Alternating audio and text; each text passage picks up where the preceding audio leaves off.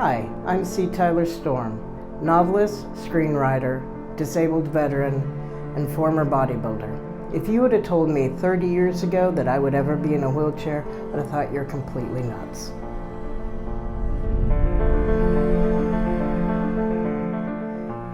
If you would have told me 20 years ago that I would have had to have a total hysterectomy in my 30s, I would have called you crazy.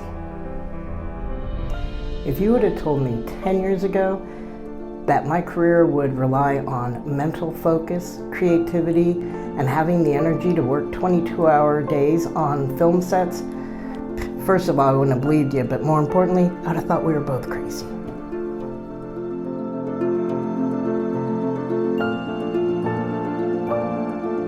If you would have told me 3 years ago that hormone therapy would help me resurrect my dying career, I'd have thought you were humoring an old lady. But 2 years ago, I caught lightning in a bottle when I met Dr. C at the Florida Center for Hormones and Wellness. I feel like I'm in my 20s again. The hormones have given me back my drive, my focus, my energy, and my libido.